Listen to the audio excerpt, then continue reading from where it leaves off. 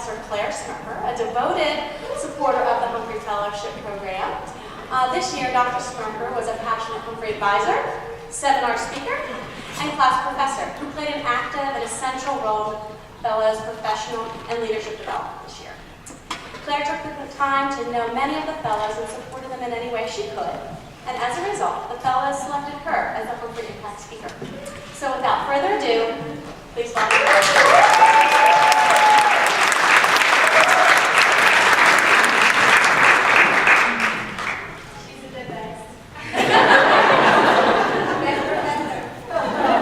Thank you, Humphrey Scholars. Thank you very much, Dr. Cravens, and thank you very much, Nancy. I really appreciate being a part of this program. It's certainly one of the highlights. But first, a confession before a set of observations that I offer.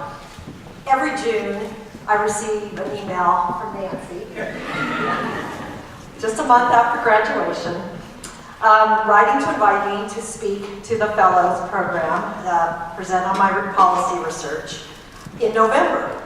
And each year I'm struck by the fact that it seems like we just finished classes and meetings and I'm working from home.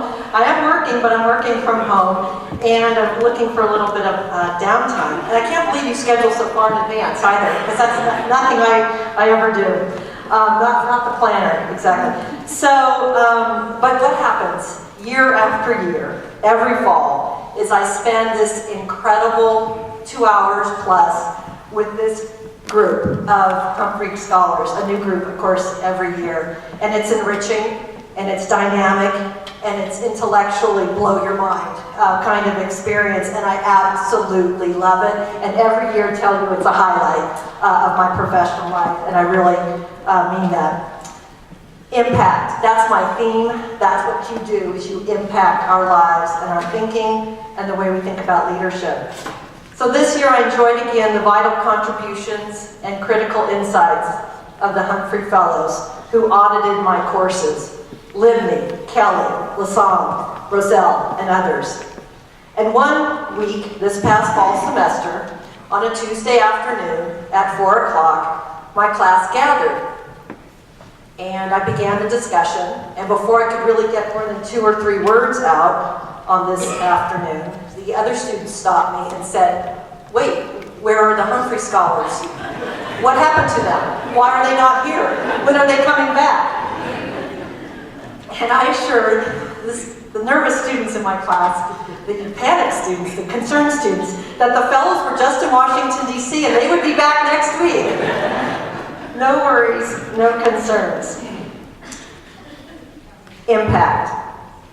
So every year, every class, every one of them, it's the Humphrey Fellows compact and impact. They compel us to think and rethink. They challenge us, faculty, students, staff, to recreate and imagine. They celebrate a sense of community within and a community across nations, across languages, across continents, across areas of research, across classrooms and corridors. They teach us to collaborate. They show us how to commit. Commit to a passion, to teaching, to a purpose, to making a difference in education and public policy, to making a difference for people. The Humphrey Fellows, you remind us that, quote, learning is freedom, as Michael Roth recently noted in his New York Times article. Michael Roth is the president of Wesleyan College. And you remind us, as John Dewey observed, schools, and I add, and colleges and universities, first and foremost, should teach us habits of learning. Habits of learning. You make us aware of our interdependence and open us to being shaped by new experiences. And I believe this makes us all better citizens, better teachers, better individuals. Thank you, Humphrey Fellows. And now a challenge to each of you. From the author of Harry Potter, you know, J.K. Rowling. J.K. Rowling reminded Harvard graduates in 2008, quote, "Your intelligence, your capacity for hard work, the education you have earned and received give you unique status and unique responsibilities. This is your privilege and this is your burden."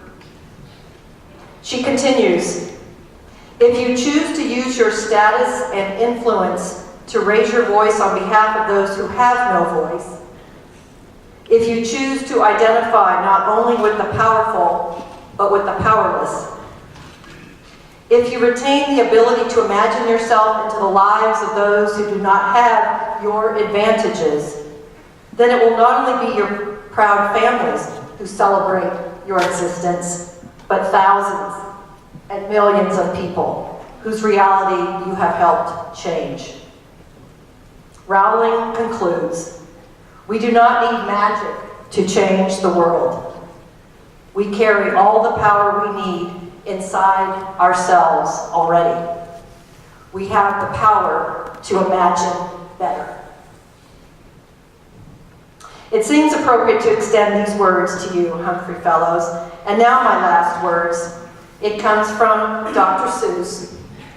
Yes, it does. It comes from that book you all love and know, "Oh, the Places You Will Go."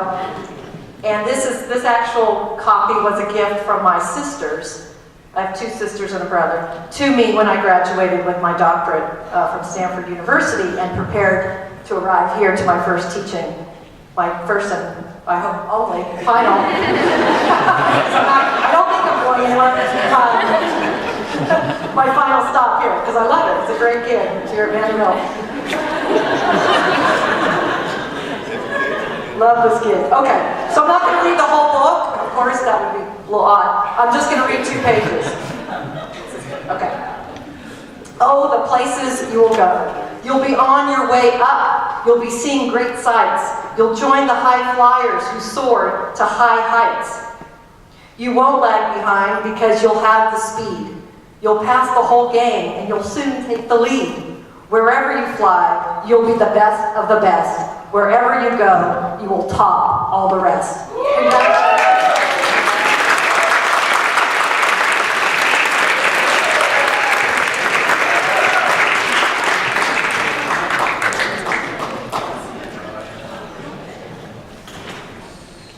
Thank you, Claire. So next up is Hilarion Begba, a Humphrey Fellow from Benin, as he was selected by his cohort to speak on their behalf. And then after his remarks, the entire team will share a song they have written to convey their sentiments and feelings about the Humphrey year.